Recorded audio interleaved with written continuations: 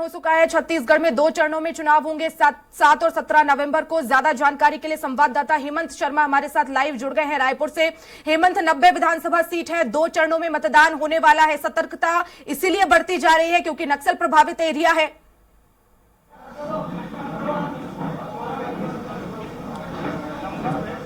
हेमंत, आवाज पहुंच रही है आप तक? जी जी वर्षा जी, बिल्कुल। छत्तीसगढ़ में 2 चरणों में चुनाव होने वाले हैं हेमंत। देखिए, प्रमुख राजनीतिक दलों के अलावा छत्तीसगढ़ की जनता को भी सब्री से इंतजार था कि चुनाव की तारीख आखिर क्या होगी, और 12 बजे प्रेस कॉन्फ्रेंस करके चुनाव आयोग ने तारीखों का ऐलान कर दिया है। और 7 नवंबर को पहले चरण का मतदान होगा छत्तीसगढ़ में, और दूसरे चरण का मतदान 17 नवंबर को होगा।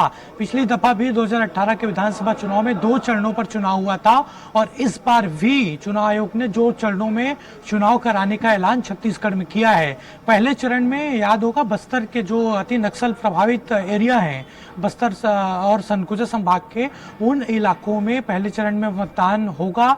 और उसके बाद 17 नवंबर को जो बिलासपुर, रायपुर और संभाग है, दुर्ग संभाग है, इन इलाकों में वोटिंग होगी। हेमंत, लेकिन 7 नवंबर को पहले फेज में जो चुनाव होने वाले हैं, नक्सल प्रभावित ये एरिया रहेंगे, तो लगभग कितनी सीटों को पहले चरण में कवर किया जाएगा?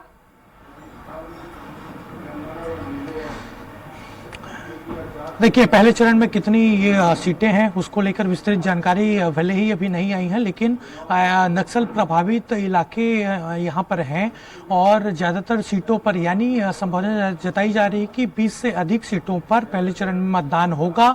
दूसरा चरण का जो मतदान है वो 17 नवंबर को होगा। इसके अलावा 3 तारीख को सभी जो 5 राज्यों में चुनाव होंगे उसकी काउंटिंग 3 दिसंबर को होगी। और खासतौर पर चुनाव आयोग ने नक्सल प्रभावित क्षेत्र को लेकर निर्देश दिया गया है। वोटरों के बारे में भी जानकारी दी गई है, और इस बार जो अंतिम प्रकाशन हुआ था मतदाताओं का, उसके मुताबिक महिला मतदाताओं की संख्या इस बार बढ़ी है, सबसे अधिक है।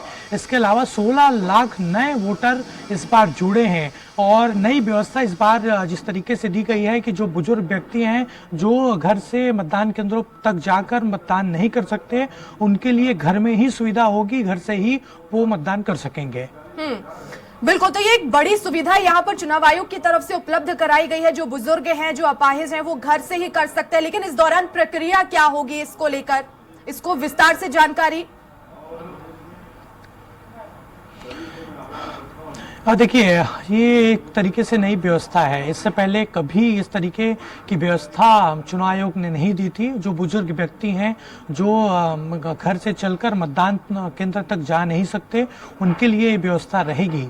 और ख़ासतौर पर जो चुनाव आयोग के कर्मचारी हैं, वो पूरी प्रक्रिया के तहत उनके घर पहुंचेंगे। बैलेट पेपर, माफ़ करिएगा, ईवीएम मशीन वहाँ पर होगी, और वहाँ पर वोट डलवा के बाद वापस जो संबंधित मतदान केंद्र है, कर्मचारी वहां पर आएंगे। इस प्रक्रिया के बारे में और स्पष्ट रूप से निर्देश जो अलग अलग इलाकों के राज्यों के राज्य निर्वाचन आयोग हैं, उनके द्वारा दिया जाएगा। भारत निर्वाचन आयोग ने मोटी तौर पर ये जानकारी दी है। बिल्कुल। दूसरी तरफ बस्तर का जो एरिया है नक्सल प्रभावित, और ऐसे में कितनी चुनौती होती है यहाँ पर चुनाव कराना, क्योंकि पहले चरण में ही चुनाव है यहाँ पर और नक्सलाइट पूरा एरिया है। कितनी बड़ी चुनौती, कौन कौन सी सावधानियां यहाँ पर रखनी होती है? पिछले चुनाव की अगर बात करें तो यहाँ ठीक से मतदान हुआ है? देखिए, पिछले बार बस्तर के कई इलाके ऐसे थे जहां पर मतदान का प्रतिशत काफ़ी कम रहा था, और इस बार चुनाव आयोग ने अपनी प्रेस कॉन्फ्रेंस में सब शब्दों में कहा कि पूरी कोशिश रहेगी कि बस्तर के नक्सल प्रभावित क्षेत्र के उस इलाके में वोटिंग ज़्यादा हो, और फोर्स, अतिरिक्त फोर्स वहां पर तैनात किया जाएगा। सीआईएसएफ से फोर्स बुलाया जाएगा, सीआरपीएफ यानी केंद्रीय जो पुलिस बल है, पूरी तरीके से वहां पर मौजूद रहेगी, और पूरी तरीके से ऑब्जर्वेशन करने कहा गया है। जो वहां के जिला निर्वाचन अधिकारी हैं, उनको भी खासतौर पर कोशिश यही है निर्वाचन आयोग की कि जिन इलाकों में, खासतौर पर कोंटा, सुकमा जिले का जो कोंटा इलाका है, कोंटा विधानसभा है, वहां पर वोटिंग काफी कम हुई थी। कई ऐसे पोलिंग बूथ हैं जहां पर मतदान तक नहीं होता बस्तर के।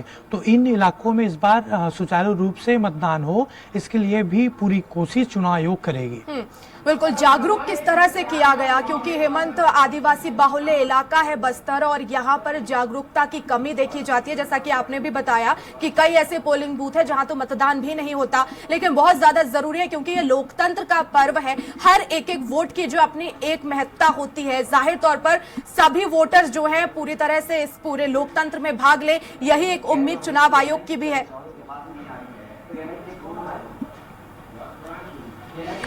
और देखिए चुनाव तारीखों के ऐलान के पहले अलग अलग तरीके से राज्य निर्वाचन आयोग ने कोशिश की कि अलग अलग इलाकों में जाकर लोगों को जागरूक किया जाए। नुक्कड़ नाटक और सभा के जरिए भी कोशिश की गई थी। खासतौर पर बस्तर के उन अंदरूनी इलाकों में निर्वाचन आयोग की टीम गई थी जहां पर मतदान पिछले बार नहीं हुआ था, प्रतिशत काफी कम रहा था। तो खासतौर पर बाकी अगर छत्तीसगढ़ का समीकरण देखा जाए तो खासतौर पर बस्तर को पूरी तरीके से फोकस चुनाव आयोग ने किया है, क्योंकि वहां पर मतदान का प्रतिशत कम तो रहता ही है, लेकिन वहां पर नक्सलियों की भी मौजूदगी कई पोलिंग बूथों में नजर आती है। तो इसको किस तरीके से रोका जाए, वहां पर नक्सली पहुंच ना पाए, वहां पर बूथ कैप्चरिंग जैसे कोई हालात ना बने, इन तमाम चीजों को लेकर प्रयास निर्वाचन आयोग के द्वारा किया गया है। चलिए, बहुत शुक्रिया हेमंत तमाम जानकारी के लिए।